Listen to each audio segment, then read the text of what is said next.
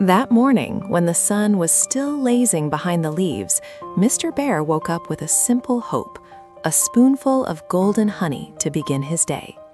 He slowly walked to the familiar wooden cupboard, the place where the sweet scent of honey usually drifted out the moment the door opened. But when the cupboard swung wide, he saw only empty jars staring back at him with a cold, hollow look. Not a single drop of honey remained. Mr. Bear froze for a few seconds, then sighed like the wind slipping through the old forest. Goodness, out of honey already. His voice echoed sadly inside the small house. His stomach rumbled, and his mouth longed so desperately for sweetness that he could almost smell honey in the air. Unwilling to let his day begin in disappointment, he decided to head into the forest, hoping to find a lucky beehive somewhere. His big paws thumped on the carpet of leaves, making clumsy yet charming noises. In his mind, only one thought glowed with fierce determination. He must have honey, no matter what. Mr. Bear lifted his face and breathed in the morning scent of the forest, and he felt certain that somewhere among the trees, the fragrance of honey was calling to him. Venturing deeper into the forest, Mr. Bear suddenly stopped when he spotted a beehive hanging gently from a tall branch. Sunlight glimmered on the golden wax, making it look like a hidden treasure waiting to be discovered. And of course, the scent of honey was so sweet that just a small breath was enough to make his head feel dreamy. Honey. Yes, this is it, he whispered, like a child who had just found a secret gift. Without a second thought, he brought his big, broad paw closer to the hive, ready to scoop up a bit of sweet happiness. But the moment he touched the edge, a sharp, buzzing sound shot through the air. A tiny bee darted out, its wings vibrating as if ringing an alarm bell. "Hey, you there, Bear! Stay away!" the little bee yelled. "This honey isn't yours." That warning should have been enough to make anyone step back, but Mr. Bear was different. He lifted his chin, annoyed at being stopped by a creature barely the size of his finger. "I'm bigger, I'm stronger," he growled. "If I want something, I take it. Now buzz off." And with that, he reached his paw in again. In an instant, zing! A sharp, clean sting landed right on his proudly lifted nose. Mr. Bear grabbed his nose and jumped back, both hurting and furious, his ears practically steaming with anger. The sting right on his nose made Mr. Bear explode in anger, like a pot of water suddenly thrown onto high heat. He let out a long roar, the sound echoing through the forest, as if announcing to all of nature that he had officially run out of patience. "All right, little creature," he growled through clenched teeth.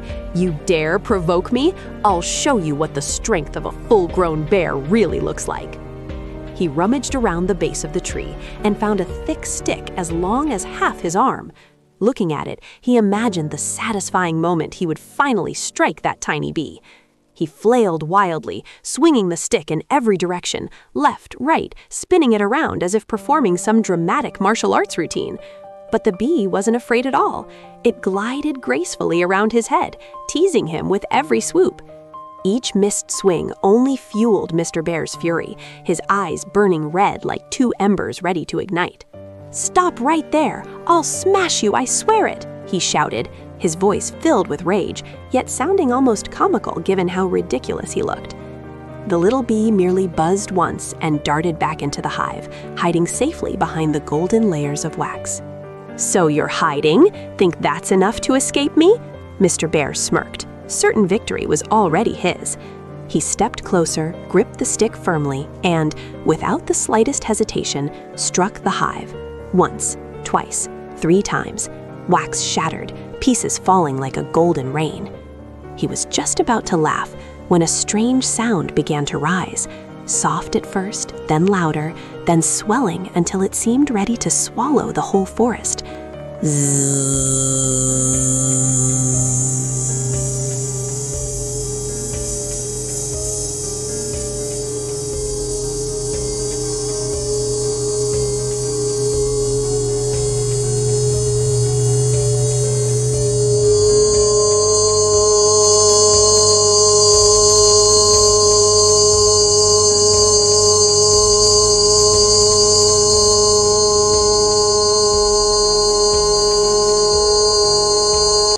buzzing sound at first was only a faint tremor in the air, but then it swelled, deepened, and turned into a rumbling roar that didn't belong to any creature of the forest. Mr. Bear hadn't yet understood what was happening when the sky before him suddenly darkened, as if night had fallen in the middle of the day. But it wasn't night. It was a massive swarm of bees, thousands of tiny wings whipping the air into a real storm. He didn't even have time to shout before zing! A sting landed on his ear. Zing, zing! 2 more shot into his elbow, then countless more followed. They attacked without mercy, striking in perfect unison as if led by an invisible commander. "Arg! Stop! I'm sorry! I'm sorry!" Mr. Bear screamed, but the bees didn't care. All they knew was that their home had been destroyed, and the culprit was standing right in front of them. He ran harder than he had ever run in his life. His big feet stumbled over rocks, nearly sending him tumbling. His paws covered his head, his belly wobbled wildly, and his nose, already swollen, felt like it was about to burst. The bees chased him relentlessly, a rain of fiery needles refusing to let up. Finally, with every ounce of strength he had left, Mr. Bear threw himself through his front door and slammed it shut. Bam! The door shuddered, bees thudding against it for a few frantic seconds before drifting away, leaving a heavy silence behind. Mr. Bear panted, trembling all over. Everything hurt. As he held his head and whimpered, a familiar voice rose behind him. "Lost your temper again, didn't you?" It was Mrs. Bear. She held a jar of bee sting medicine, her eyes half worried, half scolding. Mr. Bear could only nod, looking like a child caught misbehaving. She sighed. There was still honey in the cupboard, right behind the flower. And at that moment, Mr. Bear wished he could disappear into the floor. Inside the little house, quiet yet chaotic with Mr. Bear's heavy breathing, sunlight slipped through the window and lit up his ruffled fur, standing on end as if a gust of wind had blown straight through him. His whole body was dotted with red, swollen bumps. He looked almost like a wild strawberry claimed by a swarm of bees. He plopped onto the floor, face twisted in misery, paws clutching his nose, while rubbing every painful spot as though hoping some miracle might ease the sting. Mrs. Bear set the jar of medicine on the table with a thud, making him jump. "Fought with the bees again, didn't you?" she asked, her calm tone somehow far more embarrassing than the bruises. Mr. Bear lowered his head, mumbling like a fading breeze. They started it." She sighed, the familiar sigh of someone who knew her husband's temper a little too well. Sitting beside him, she dabbed medicine onto each swollen bump. "Didn't you learn anything from last time? Every time you lose your temper, you turn yourself into an all-you-can-eat buffet for the bees." Mr. Bear had no comeback. He counted the stings.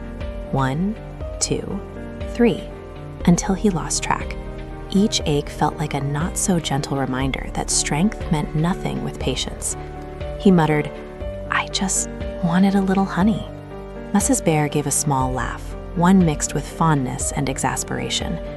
And there was honey, right there, behind the flower. But you never look carefully. You go charging outside with that head of yours boiling like a pot left on high heat. She tapped his forehead lightly, as if knocking on the door of his stubbornness.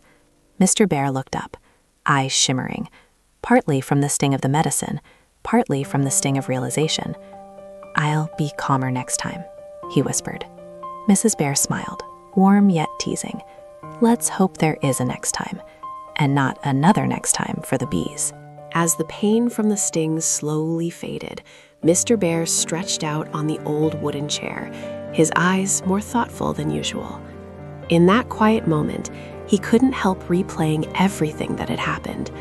Just a spark of anger, a brief slip in self-control, and he had turned a peaceful morning into a disaster of buzzing bees, dragging Mrs. Bear into the mess once again, as she always did after his temper got the better of him.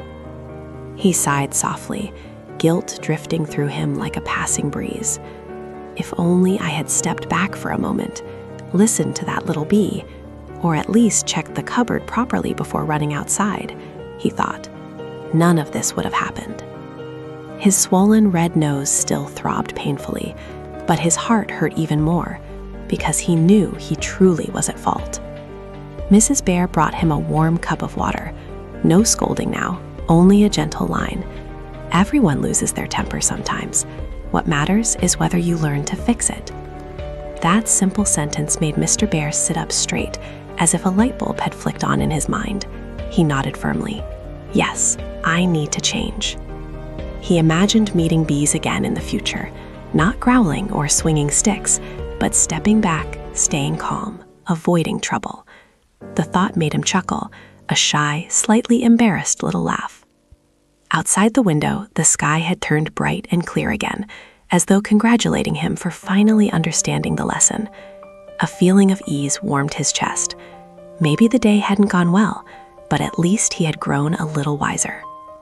And the story closes with a simple truth. The strongest one is the one who stays calm, not the one with the biggest paws. The afternoon passed far more gently than the chaotic morning. After applying the medicine, sipping warm water, and resting for a while, Mr. Bear finally felt the pain easing. Every slight movement still made a sting or two throb sharply, as if reminding him, don't forget today's lesson. Yet inside, his heart had settled. No more anger, no more fiery temper, just embarrassment and a stronger sense of resolve. Mrs. Bear sat by the window, mending the small tear in his shirt from when he fled the swarm. The late sunlight fell across her brown fur in a warm, glowing hue. When she saw Mr. Bear sit up, she offered a gentle smile. Feeling better yet? He nodded, touching his still swollen nose. Yes, a bit, but it might take a few days before it stops hurting. She chuckled. Then maybe try fighting fewer bees next time. That simple remark made him blush. He stood, walked closer to her, and spoke in a tone he rarely used, earnest and sincere. I'm really going to change, I promise. Mrs. Bear studied his face for a moment, then nodded. If you can stay calm, our home will be a lot more peaceful, and we won't lose honey for nothing. They both laughed, a soft, warm laughter that filled the little house. Outside, the forest returned to its quiet rhythm. Only the wind and rustling leaves remained, as if congratulating Mr. Bear for growing a little wiser. When the sun finally disappeared, Mr. Bear opened the cupboard and took out the honey he'd ignored that morning. He scooped a small spoonful and savored its pure sweetness. You know, he said, life is like honey. It tastes sweetest when you're patient. And so the story ends with a simple truth. Calmness not only keeps trouble away, it also makes life sweeter. A few days after the terrifying bee chase, Mr. Bear had almost fully recovered. The swollen bumps had faded, leaving only a faint reddish mark on his nose, the final reminder of that unforgettable lesson. Instead of hiding it, he often looked at himself in the mirror and chuckled at the silly round shape. At least it helped him remember that anger never brought anything good. One morning, he decided to take a walk through the forest. His steps were slow, his mind peaceful. The forest was just as calm as always, birds singing, wind brushing through the treetops, sunlight filtering through the leaves.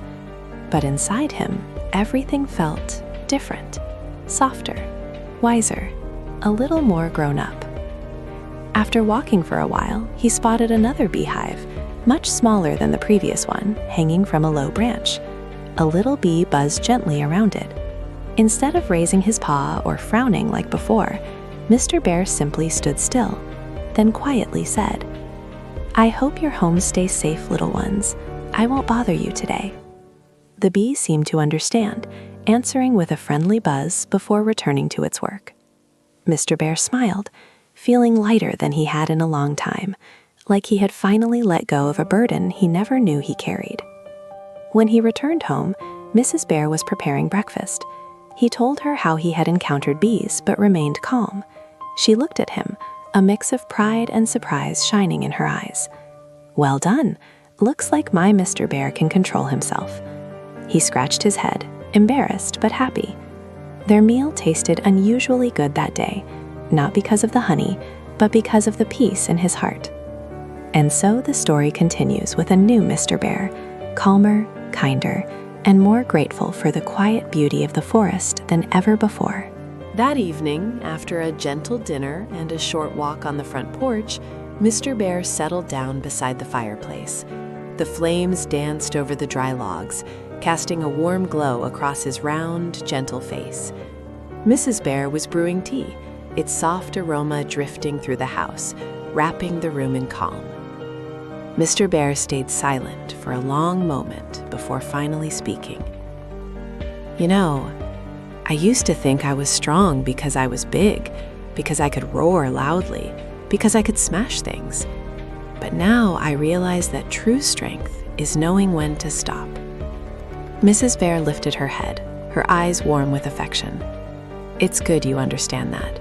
Real strength comes from the heart, not the paws." He smiled, a new maturity gleaming in his eyes, something that hadn't been there before. Outside, the night breeze rustled through the trees, as if agreeing with her words. He continued, "From now on, I want to live slower, think before I act. Not because I'm afraid of bees, but because I don't want to hurt anyone, not even myself. I want to become a bear you can be proud of." Mrs. Bear chuckled softly. "I've been proud of you for a long time. You're just a bit silly sometimes." They both laughed, the sound light and warm in their cozy home. Mr. Bear touched his nose, still a little sore, but instead of anger, he felt grateful. That sting had taught him a lesson he'd never understood before. Before going to bed, he stepped on the porch and looked up at the starry sky.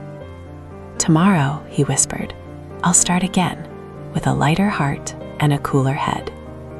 That night, the forest slept peacefully, and inside the little house, a new Mr. Bear was truly born.